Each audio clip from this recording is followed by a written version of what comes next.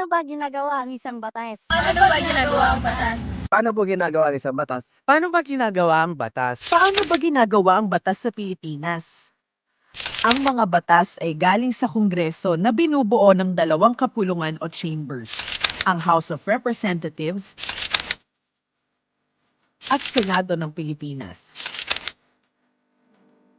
Nagsisimula ang mga ito sa pag-file ng mga panukala sa Kongreso, bill ang tawag dito. Pero paano ba binubuo ang isang bill?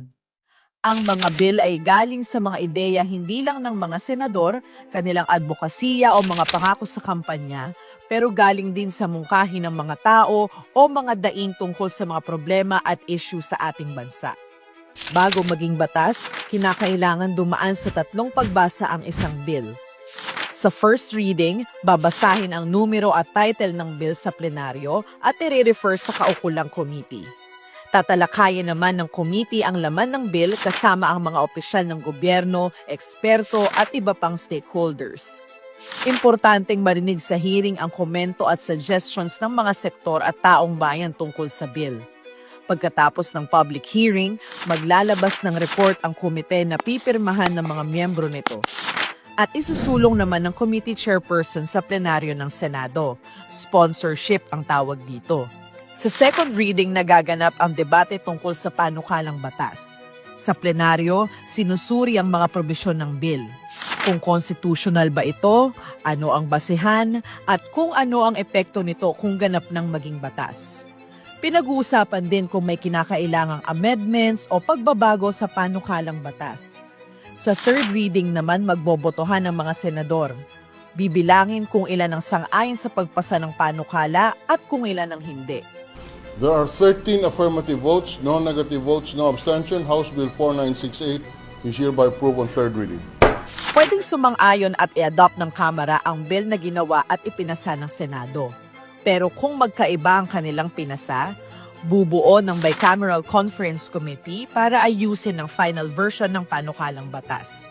Kailangan aprubahan o i-ratify ng Kongreso ang reconciled bill bago ipadala sa Pangulo ng Pilipinas. Maaaring pirmahan ng Pangulo ang bill para maging batas o i-veto kung hindi siya sang-ayon dito. Pero kahit na veto, pwede pa ring maging batas ang bill. Pwedeng baliktarin ng Kongreso ang presidential veto sa pamamagitan ng 2/3 vote. Naglalapse into law o automatic naman na nagiging batas ang isang bill kung lumipas ang 30 days na hindi ito napipirmahan ng Pangulo. Pero teka, bago magkaroon ng bisa ang isang batas, kailangan muna itong mailathala sa Official Gazette o sa isang pahayagan. Ang bawat batas ay dumadaan sa mahaba at masusing pag-aaral para masigurong epektibo ito sa pagtugon sa mga problema ng bansa. At sa bawat hakbang ng pagsasabatas ay mahalaga ang boses at pakikilahok ng taong bayan. Alinsunod sa diwa ng demokrasya na ang ating gobyerno, ang ating Senado, ay nakikinig sa sambayan ng Pilipino. Sa pagsali sa mga usapin sa Senado, sigurado tayong ang mga batas ay tunay na sasalamin sa mithiin at pangangailangan ng Pilipino.